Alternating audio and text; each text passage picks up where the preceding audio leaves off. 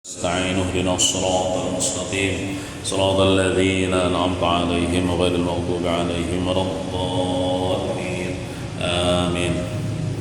السلام عليكم ورحمة الله وبركاته. أعوذ بالله من الشيطان الرجيم. بسم الله الرحمن الرحيم. الحمد لله والصلاة والسلام على سيدنا رسول الله سيدنا ومولانا محمد بن عبد الله وعلى آله وصحبه ومن والاه أما بعد. سبحانك لا علم لنا إلا ما علمتنا إنك أنت العليم الحكيم ولا حول ولا قوة إلا بالله العلي العظيم. رب اشرح لي صدري ويسر لي أمري واحلل عقدة من لساني يفقه قولي. بسم الله الرحمن الرحيم. نويت أن أعتكف في هذا المسجد سنة لله تعالى. halaman 25. Bismillahirrahmanirrahim. Qala al-musannif rahimahullahu ta'ala wa nafa'na bihi wa bi jami' ulumihi fid dharain amin. Hadis ke-9 dengan judul perintah untuk takut kepada Allah Subhanahu wa taala. Telah diriwayatkan dari Mu'adz bin Jabal radhiyallahu anhu, ia berkata, Rasulullah sallallahu alaihi wasallam bersabda, Allah Subhanahu wa taala berfirman dalam hadis qudsi, ujar Allah taala, hai anak Adam, maksudnya manusia, malulah engkau jika durhaka kepadaku, niscaya aku pun akan malu kepadamu pada hari kiamat nanti, sehingga aku tidak akan menyiksamu. Nah, jadi lamun kita sopan lawan Tuhan, sopan berbuat dosa, sopan maksiat, sopan berbuat kemungkaran, maka Tuhan sopan juga menyiksa kita pada hari kiamat. Sebaliknya amun kita kada sopan lawan Tuhan, kita ini wani lawan Tuhan, dalam artian berbuat dosa, kada malu lawan Tuhan, nah maka Tuhan kada malu juga menyiksa kita. Nah jadi tergantung kitanya ya Allah. Nah, jadi kita bila berbuat dosa itu sebenarnya malu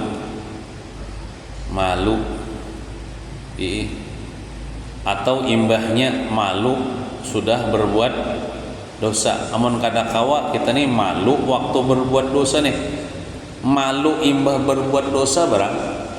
Bila malu imbah berbuat dosa ada harapan hendak bertaubat gitu nah. Bila malu setelah berbuat dosa sopan mengesahkan. Ya ada orang yang berkisah-kisah tentang masa lalu nang kada bagus, mengisahkan tentang dirinya, aibnya. Nah itu kada boleh. Padahal umat Nabi Muhammad ini, ujar Nabi Muhammad, sudah ditutupi aibnya nih, ditutupi Tuhan. Dalam artian bila kita tuh berbuat dosa di kamar nih, imbah tuntung berbuat dosa, keluar kita mau warung, kita misalnya orang nang di warung tuh kada tahu, mungkin kita kada berkisah. Orang di kampung kada tahu tentang dosa yang kita lakukan di kamar tadi. Itu bukti Tuhan menutupi aib kita. Oleh karena itu jangan kita berkisah-kisah. Apakah lagi berkisah-kisahnya dengan bangga, itu jadi dosa besar. Jadi dosa besar. Seharusnya kita malu. Nah, Ini kada malu lawan Tuhan, kada malu lawan manusia pulang pakai kisah-kisah. Nah, jangan dikisahkan. Tuhan sudah menutupi aib kita. Tinggal kita aja minta ampun lawan Tuhan. Kemudian lagi ujar Allah Ta'ala, hai anak Adam, hai manusia, tobatlah kepadaku, niscaya kumuliakan engkau dengan kemuliaan para nabi. Nah tadi kan kita misalnya sudah berbuat dosa ya kelak, lalu kita menyesal, lalu kita malu lawan Tuhan, lalu bertobat ya kita kan, bertobat kita minta ampun lawan Tuhan, bampih kita, menyesal gitu deh. Nah orang yang bertobat itu apa aja? Innallah yuhibbut tawwabin. Sesungguhnya Allah kasih cinta, memuliakan akan orang-orang yang bertaubat kepadanya. Nah, dimuliakan Tuhan dengan kemuliaan para nabi. Nah ada gampangan. Hai anak Adam, janganlah kau palingkan hatimu dariku. Jika kau palingkan hatimu dariku, niscaya kubiarkan kau dan tidak kau tolong. Nah, jadi lamun hendak ditolong Tuhan, hati kita lawan Tuhan. Contohnya misal bertawakal, hati kita lawan Tuhan aja, ya kalah mengharap wan Allah Ta'ala aja, meminta wan Allah Ta'ala aja hati kita nih. Nah, ingat, apalagi kita sembahyang kan disuruh ingat lawan Tuhan aja. Nah, jangan berpaling dari Allah Subhanahu wa Ta'ala supaya kita ditolong Tuhan. Nah itu janji Tuhan. Kemudian lagi, hai anak Adam, andai kata engkau bertemu denganku pada hari kiamat, sedangkan engkau memiliki kebaikan-kebaikan sebanyak penghuni bumi, tidak kuterima amal-amalmu sampai engkau membenarkan janji dan ancamanku. Kan Tuhan ada berjanji di Quran, bila berbuat ini dapat ini, bila berbuat dosa diancam neraka, ya lah. Bila berbuat taat diberi surga. Banyak kali janji-janji Tuhan yang lain, termasuk janji Tuhan menjamin rezeki kita nih. Nah kita itu harus percaya, harus membenarkan, harus yakin. Soalnya bila kita kada yakin, apalagi kada membenarkan lalu lawan janji Tuhan, biar kita ini di akhirat kita membawa amal banyak benar sepenuh bumi ini, membawa amal ibadah, amal soleh, kada diterima Allah Subhanahu wa Ta'ala amal kita, karena hati kita kada beriman. Ada beriman dengan janji-janji Allah. Nah, bila kada beriman dengan janji Allah ini bisa kafir, biar bisa kafir. Nah, atau ragu-ragu dengan janji Allah Subhanahu wa Ta'ala. Hai anak Adam, aku maha pemberi rezeki dan kaulah yang diberi rezeki. Engkau mengetahui bahwa aku mencukupi rezekimu. Oleh karena itu jangan kau tinggalkan ketaatan kepadaku dengan sebab mencari rezeki. Ada orang gara-gara bagawi bacari rezeki lalu kada sembahyang, ya lah. Gara-gara mencari rezeki, dalam mencari rezeki itu berbuat maksiat kepada Allah. Nah jangan ya Tuhan kayak itu, karena ikam itu sudah kujamin rezekinya.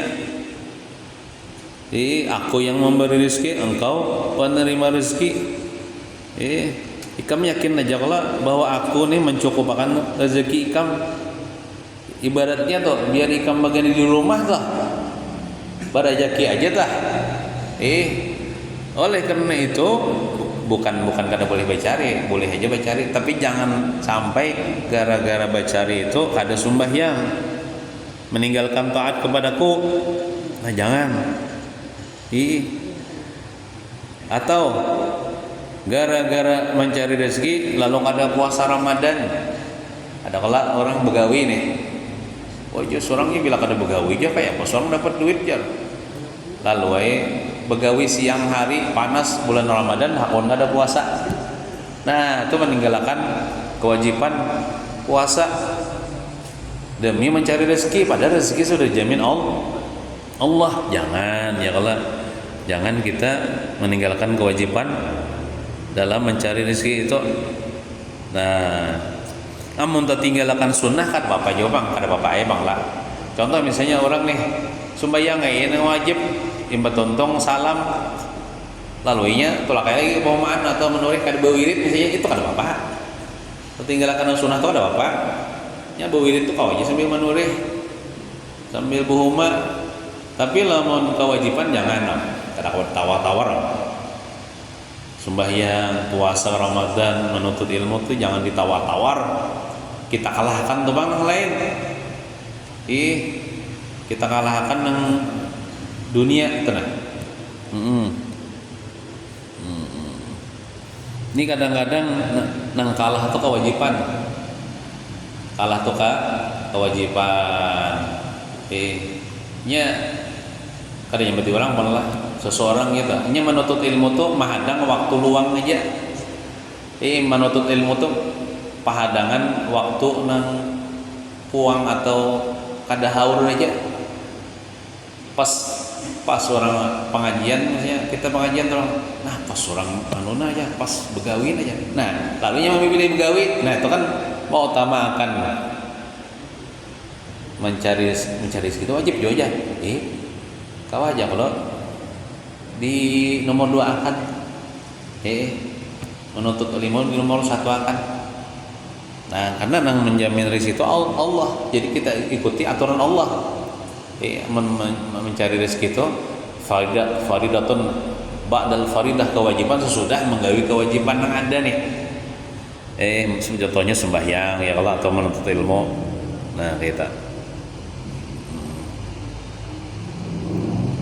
jika kau tinggalkan ketaatan kepadaku dengan sebab rezekimu, maka kuwajibkan hukumanku atas dirimu. Ikam wajib kusiksa bila ikam meninggalkan kewajiban gara-gara mencari rezeki. Ikam wajib kusiksa nanti dikubur atau di neraka. Nauzubillahi min zalik. Hai anak Adam, jagalah 5 perkara ini nang di atas deh. Artinya malu, jangan berbuat maksiat kepada Allah ya Allah. Karena Tuhan malu dia menyiksa kita. Kemudian apalagi bertobat ya Allah supaya dimuliakan Allah Taala nih. Kemudian apalagi kita harus percaya dengan janji Allah, jangan ragu-ragu. Kemudian apalagi dalam mencari rezeki jangan kita meninggalkan kewajiban. Nah, itu jaga nang 5 perkara itu ya Allah Taala nih. Jagalah 5 perkara ini, bagiku niscaya kuberikan surga kepadamu. Kujamin ya Allah, ini Allah Taala, kada Nabi Muhammad lagi, Allah Taala kujamin ikam masuk surga. Nah, kabar selengkapnya, hai saudara-saudaraku, janganlah kalian disusahkan oleh rezeki, dan janganlah rezeki menghalangi kalian dari ketaatan kepada Allah Subhanahu wa taala. Jangan sampai di nomor 2 akan gitu menuntut ilmu atau sembahyang itu jangan didoakan, itu di nomor 1 akan itu. Nah, mencari rezeki itu di nomor 2 akan gitu nah. Soalnya bila kita tuh kada bacari ya Allah, maksudnya kada bacari rezeki kan sudah ada jaminan Allah. Sudah ada jaminan Allah akan ku jamin rezeki ambaku nih selama ini hidup nih. Tapi lamun kita kada sembahyang adalah jaminan dari Tuhan kita nih pacangan masuk surga. Nang ada tuh bila kada sembahyang masuk neraka. Iya kan? Nah, jadi jangan di nomor 2 kan sembahyang atau menuntut ilmu itu di nomor 1 kan eta diutamakan eta. Nah, karena kan ada jaminan Tuhan bila kada sembahyang nih masuk surga kada. Nah, ada tuh bisa masuk neraka. Nah, itu janji tuh Tuhan. Kita percaya nih janji Tuhan, jangan kada membenarkan. Nah, Allah Subhanahu wa taala berfirman, "Wa ma min dabbatin fil ardi illa 'ala Allahi rizquha." Yang artinya surah Hud ayat 6. Tidak satu pun dari makhluk melata di bumi ini melainkan rezekinya ada sudah ditanggung atau dijamin Allah Subhanahu wa taala. Nah, binatang yang merayap melata, nang kaya semut, nang kaya ulat, nang kaya kakarangga aja dijamin Tuhan rezekinya. Apakah lagi kita nang sembahyang, menuntut ilmu agama nih, berusaha mengenal Allah, mencintai Allah taala nih, kadang mungkin Tuhan sia-siakan gitu nah. Nah, artinya ini ayat ada jaminan rezeki dari Allah Subhanahu kepada makhluknya, seberatan makhluknya nang hidup di dunia ini. Diceritakan bahwa Ibrahim bin Adham, seorang ulama sufi bahari, rahimahullah, pada suatu hari Sidin keluar menuju tanah lapang, maksudnya berjalan keluar rumah. Sidin berhenti di suatu tempat dan membeber kain, mengampar kain. Sidin diampar Sidin kain di tanah untuk makan di atasnya. Sidin istirahat, lalu Sidin mengampar tikar lah ibaratnya, hendak makan di atas tikar itu. Nah, tatkala ia sedang melakukan hal itu, lalu datanglah seekor burung gagak yang dengan paruhnya mengambil sepotong roti, atau dengan cakarnya bisa yolah mengambil sepotong roti. Nengka tadi Ibrahim bin Adham itu mengampar situ tikar, lalu sini andaki situ makanan termasuk roti situ. Soalnya datang burung gagak mengambil roti Sidin dari atas, dari alas makanan itu. Lalu si burung gagak itu terbang ke udara, terbangnya mengambil roti Sidin. Lalu Ibrahim bin Adham merasa heran atas kejadian itu. Kada biasa-biasanya burung gagak mengambil roti. Itu burung gagak tuh rasanya kada boleh dimakan leh. Kan kada salah. Iyalah. Itu rasanya burung pemakan bangkai kayak itu. Biasanya leh. Kada biasanya makan roti, biasanya makannya tikus apa itu, ular ya Allah. Ini makan apa? Membawa roti belum dimakannya banglah. Lalu Sidin merasa heran dan takjub dengan kejadian itu. Lalu ia naik kuda Ibrahim bin Adham untuk mengejar burung. Bukan Sidin kada merelakan roti Sidin ambil burung, cuman Sidin ada penasaran gitu nah. Lawan Tuhan yang mengilhamkan kepada Sidin nih. Ya, ada kena di situ sesuatu nang Sidin pacangan lihat tuh nah. Hingga sampai ke gunung dan lenyap dari pandangan mata. Jadi Sidin iringi tadi yang burung gagak tadi sampai ke gunung situ. Ia naik ke gunung untuk mencari burung itu. Dilihatnya dari jauh. Ketika Ibrahim mendekat, terbanglah burung itu. Jadi burung itu kayak mah hadangi juga, tapi jauh. Pas mendekat terbang pulang, didatangi oleh Ibrahim bin Adham. Mau kayak menunjukkan sesuatu si burung ini. Di tempat itu pula sekalinya di dalam gua itu, sampai ke dalam gua, di tempat itu pula Ibrahim melihat ada seorang laki-laki sekalinya dalam keadaan terikat tali sambil berbaring, betisnya diikat, tangannya diikat, nah terbaring atau telantang orangnya. Nah,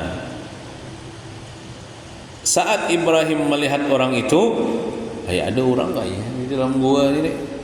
Turunlah ia dari kuda dan melepaskan ikatan serta menanyakan keadaannya. Menanyakan keadaan orang itu artinya, "Pian ini siapa? Kenapa ada di sini?" Terikat. Orang itu berkata, "Aku adalah pedagang. Aku ini pedagang.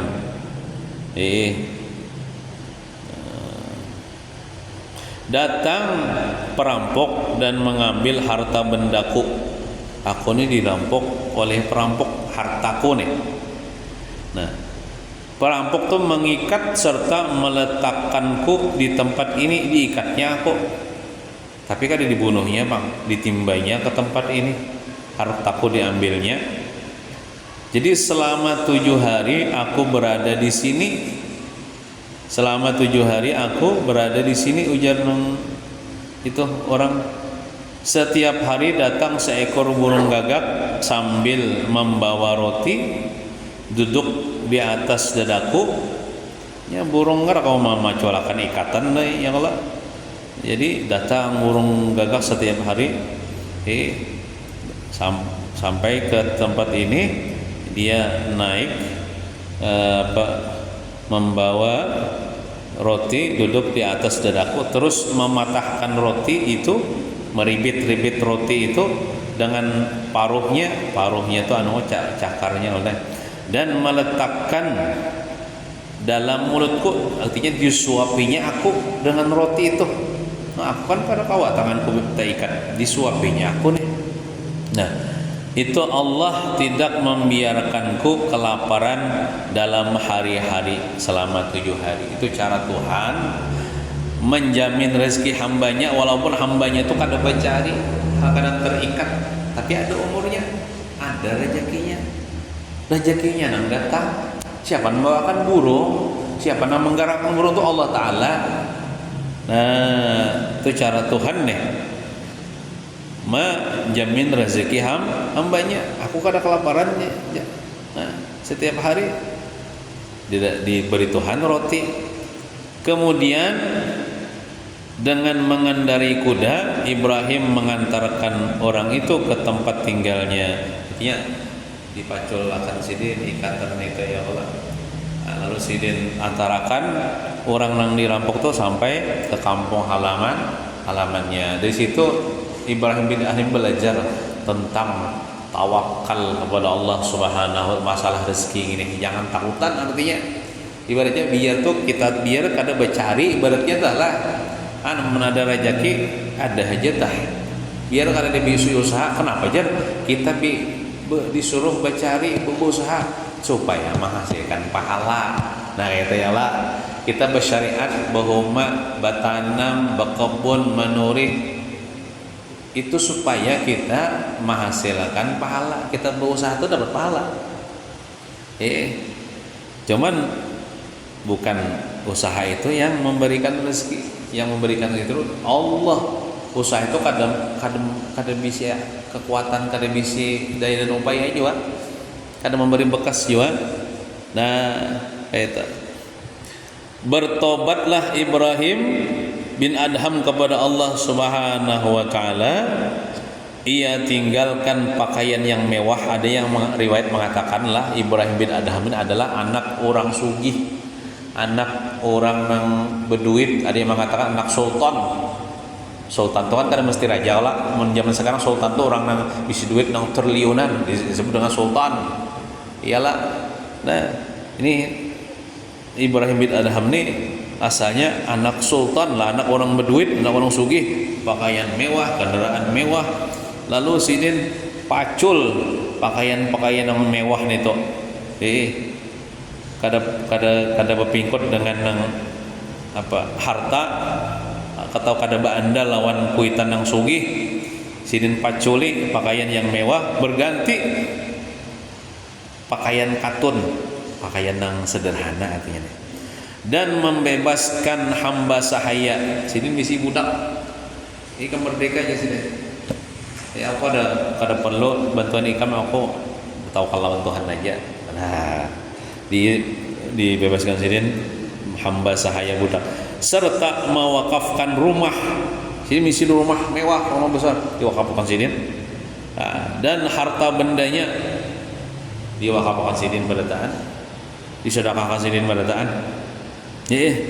Nah, dengan membawa tongkat ia berjalan menuju Makkah, berjalan kaki aja berarti. Kendaraan lah, bisa kuda tadi disedekahkan sidin kan juga. Nah, ia berjalan kalau tah menuju Makkah.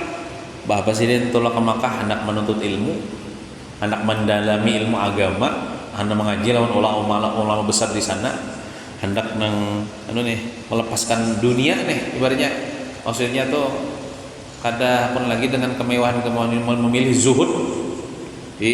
Nah sidin nih tanpa bekal pulang, tanpa bekal kendaraan, nah berarti berjalan kaki aja.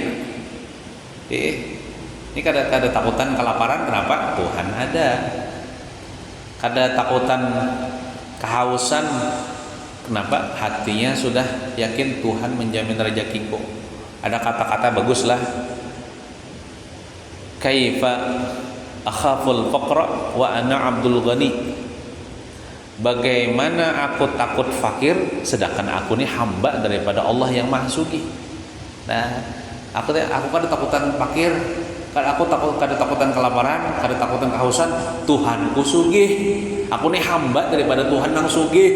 Aku yakin Tuhan nang sugih itu menjamin rezekiku, ujar sidin nih. Nah, bertawakal sidin kepada Allah Subhanahu. Bulat hati sini tawakal lawan Tuhan. Tidak susah oleh ketiadaan bekal. Jadi kada membawa bekal tuh kada membuat sini susah, kada membuat sini gelisah.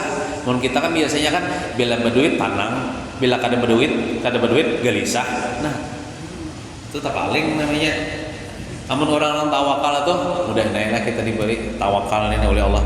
Berduit kah? Kada berduit kah? Tenang aja. Kenapa? Duit kada nama nganyangi, makanan kada Allah nama nganyangi, Allah nama memberi kita rezeki, ya Allah. Nah, itu memberi kita rezeki Allah. Bertawakal kepada Allah. Tidak susah oleh ketiadaan bekal dan tidak kelaparan. Sini kada kelaparan. Nah, karena sini bertawakal kepada Tuhan. Ini barangnya tamu napa kan di jalan itu tamu. Tapi yang pisang orang ya oleh dia. Ada aja tuh orang yang bertawakal tuh ada jadi tolong Tuhan kayak apa caranya?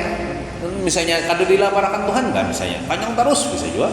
Minum aja misalnya tetamu sungai minum kanyang. Terserah Tuhan cara Tuhan deh. Atau misalnya kasihannya biar jar singgah nak ke rumah ulun makan bisa juga itu. Mau orang sini orang bayarakan bisa juga kayak itu. Terserah Tuhan deh. Tuhan menolong orang yang bertawakal tidak kelaparan sini hingga tiba di Ka'bah sampai ke Makkah sini. Itu yakin kita nih yakin ya Allah itu jangan ragu-ragu dengan pertolongan Tuhan namun kita bertawakal bujur-bujur. Nah, bersyukur sidin kepada Allah Subhanahu wa taala dan memuji kepada Allah Subhanahu, mengucapkan alhamdulillah sidin. Allah Subhanahu wa taala berfirman, "Wa may yatawakkal 'ala Allahi fa huwa hasbuh." Ini kan janji Tuhan nih. Ujar tadi kan bila ikam tuh wahai anak Adam kada percaya dan dengan janjiku nih nah walaupun ikam membawa banyak amal ikam kada terima amal ikam tuh seberat bumi nih amal soleh pada waktu lima menikam kada percaya. Maka kita percaya kita nih yakin dengan janji Tuhan nih. Wa may yatawakkal 'ala Allahi fahuwa hasbuh. Barang siapa bertawakal, berserah diri sepenuhnya kepada Allah, maka dia Allah akan mencukupinya, mencukupi rezeki kita. Surah At-Talaq ayat 3. Jadi kita percaya, yakin dengan janji Allah Subhanahu. Jangan ragu-ragu kayak apa seorang kena kayak, dan jangan ada nih toh pas seorang kayak bagaimana mau dipecat tuh kayak digawian nah kayak apa nah seorang makan, nah jangan ada nih toh. Nah jadi Allah Ta'ala itu maulah rezeki itu Allah Ta'ala, ya kalau maulah rezeki itu Allah, maulah nang orang nang menerima rezeki Allah Ta'ala juga. Kita nih sebagai penerima rezeki nih Allah Ta'ala juga maulah. Maulah rezeki Allah Ta'ala. Contoh rezeki kita anggaplah nang nasi misalnya lah, nang maulah nasi Allah, maulah yang penerima rezeki Allah. Kemudian maulah apa nang menyampaikan rezeki kepada manusia, kepada kita Allah Ta'ala juga. Kemudian nang maulah sebab-sebab atau asbab yang datang rezeki kepada kita Allah Ta'ala juga. Kan seberataan Allah Ta'ala karena dia maha kuasa. Contohnya ya Allah kan yang memberi rezeki Allah. Nah kemudian nang maulah sebab-sebab, contoh sebabnya kurangkah ya Allah matahari ke rumah kita makanan atau duit, itu Allah Ta'ala juga menggerakkan kan duit nih itu atau makan itu Allah Ta'ala juga maulah. Kita nih yang menerima Allah Ta'ala juga maulah, yang seberatan Allah Ta'ala. Nah, oleh karena itu jangan kada bertawakal lawan Tuhan, bulat-bulat tawakal kita lawan Allah Subhanahu wa Ta'ala. Ada lagi kisah aja situ habis sudah kisahnya ulangan berkisah. Nabi Musa disuruh Tuhan untuk berdakwah kepada Firaun di Mesir. Faqula lahu qawlan layyinan la'allahu yatadzakkaru aw yakhsha. Wahai Nabi Musa, wahai Nabi Harun, dakwahilah Firaun dengan lemah lembut. Barangkali Firaun mengambil peringatan dan takut kepada Allah Subhanahu wa Ta'ala. Lalu tulakai Nabi Musa dan Nabi Harun ini ke Mesir lah. Nabi Musa ini sudah berbini, meninggalkan bini. Jadi ada perasaan was-was kayak bagaimana biniku nih makan atau anakku nih. Jadi Tuhan paham dengan hati Nabi Musa itu. Jadi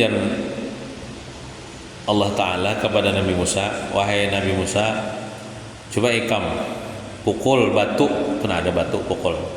Sidin kan bisa tongkat, jadi pukul sidin batu tuh. Lalu batu terpecah menjadi beberapa bagian.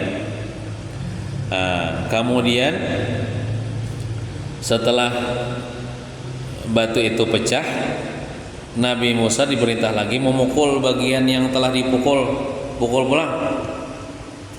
Lalu pecah, sakanya di dalam batuan itu terdapat seekor semut. Padahal kan batu tadi rapat aja. Di mana inya lorong dapat rezeki gitu nah, di dalam batu ada semut gitu nah. Nah, di mulutnya terdapat makanan. Semutnya aja mengunyah makanan. Si semut nih. Nah, lalu semut itu berkata dengan bahasanya, tapi Tuhan mengulahkan Nabi Musa ini paham dengan bahasa semut. Ujar semut tuh kayak ini, Subhana man yarani wa yasma'u kalami wa ya'rifu makani wa yadhkuruni wa la yansani.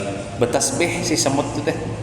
Inya maka tuh tasbih bahasa kitanya Maha suci Allah, yaitu orang yang melihat aku. Puja samut nih.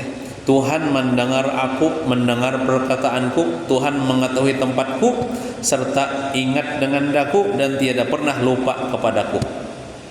Yo samut tuh di dalam batu hidupnya diberi Tuhan rezeki. Padahal kan tidak manjuri lurung yang itu nak ada lubang-lubang misalnya berlubang kan berlubang juga itu batu ya. Begitu Nabi Musa alaihissalam melihat kejadian tersebut, Nabi Musa sadar bahwa semut yang ada di dalam batu yang beberapa lapis tetap diperhatikan oleh Allah Ta'ala rezekinya. Apalagi jar Nabi Musa, anak biniku yang hidup di tengah-tengah kampung, tidak mungkin dari sia-sia. Apalagi kita di kampung, kalau kampung kita misalnya orang tuh kasihannya bini Nabi Musa sidin kada beberes ya misalnya atari ya. Nah, apalagi di kampung ini, di kampung itu kan banyak orang yang kalau peduli dengan keadaan kita. Ini samut di dalam batu yang besar itu kan di dalam lurung itu kan Tuhan memberi itu dengan tanpa sebab, hidup aja si semut itu. Nah, kayak itu. Ada juga lagi kisah Rasulullah pernah berpandir kepada Anas bin Malik. Anas bin Malik adalah sahabat Nabi, khaddam Nabi. Wahai Anas ya, ikam tahulah apa arti bunyi burung tuh nah. Burung yang berkicau kicaunya. Nah, dan ikam mengertilah bunyi apa namanya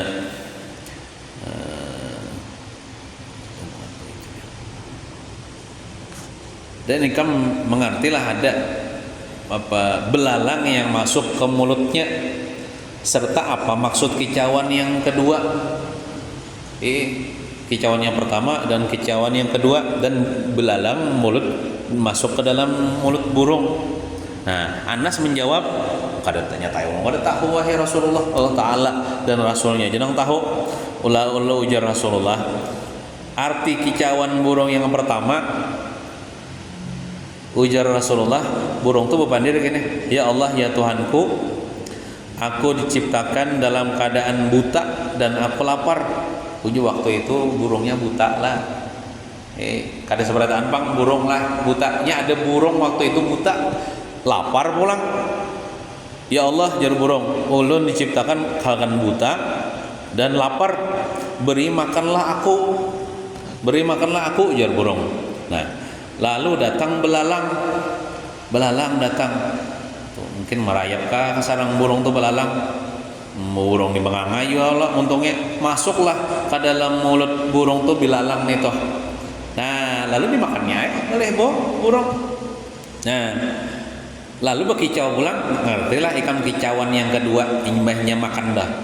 Nah, kicauan yang kedua itu anasai, artinya segala puji bagi Allah yang tidak pernah melupakan aku. Uji burung nih, walaupun aku buta, walaupun aku udah bercari, nah tapi Tuhan kada pernah membiarkan aku kelaparan, diberi. Artinya lapar aja tapi diberi makan nih oleh Allah Subhanahu. Jadi hadis itu juga menguatkan untuk kita bertawakal dalam urusan rezeki hanya kepada Allah Subhanahu wa taala. Jadi masalah urusan bertawakal ini ada 3 kelompok ya. Nah, di antara 3 kelompok ini kita nang mana ya? Coba kita perhatikan. Ngini kah? Nah, jadi orang ini percaya penggolongan yang pertama nih, orang ini percaya nang memberi rezeki itu Allah Ta'ala, percayanya. Bila takut itu siapa yang memberi rezeki? Allah ya. Jawabannya Allah. Yakin ya Tuhan nang memberi rezeki itu. Nah, tapi inya ini berpegang hatinya dengan usaha. Tetapi lupa kepada Allah sebagai orang yang maulah usaha atau sebab itu. Jadi apabila datang sebab, hatinya senang. Tapi apabila kadeda usaha, kadeda sebab, hatinya sedih. Nah kita jangan gitu lah. Ya contoh tadi, orang ini bila ditakoni siapa yang memberi rezeki ikam, Allah aja. Tapi pas sudah bila ada usaha, ada gawian, hatinya tenang. Tapi bila kadeda gawian, contohnya dipecat, hatinya sedih. Wah kayak apa seorang ini jangan galau start, galau manalnya hatinya kadeda usahanya kayak apa seorang dia. Nah kita jangan itunya masih berpingkut di sebab, masih berpingkut di usaha. Seharusnya kan kalau orang yang bujur-bujur tawakal, dia berpingkutnya lawan Tuhan. Biar kada ada bisi usaha, biar dipecat, Tuhan ada aja. Dari mana kalau urungnya Tuhan mah memberi kuasa aja. Kayak burung tadi hanya buta ya kalau, atau kayak dalam semut, dalam batu tadinya Tuhan yang manjuri. Nah kita jangan golongan inilah. Bila bahasa kita ini, bila kada berduit sedih hati, gundah gulana galau. Tapi bila ada duit besesiul, bila berjalan panjang kurihing, pokoknya senang tambah hati bila duit. Kadada mah tak omot. Nah itu jangan kayak itu kita. Itu ini masih hatinya tuh berpingkut di sebab, berpingkut di duit, di usaha. Kada lawan Allah Subhanahu. Jangan kita itu, jangan itulah. Ya. Ada kelompok orang kedua. Inya nih begana di rumah aja. Kada berusaha, kada debisi usaha apa-apa. Nah, jadi inya nih ibadah aja. Sembahyang, baca salawat, baca Quran. Ini cocoknya orang yang kada debisi tanggungan ya lah. Atau hidup sorangan aja, jadi kada memikirkan anak bini ya kalau, atau misalnya ada aja tabungan misalnya ya kalau. Nah, ini kada bisa usaha apa-apa, ibadah aja. Tanpa memikirkan datangnya rezeki. Karena ini yakin aja yang memberi rezeki itu Allah Subhanahu, harapannya hanya kepada Allah Subhanahu wa taala. Ini kada tak salah, kada ini bujur aja nih.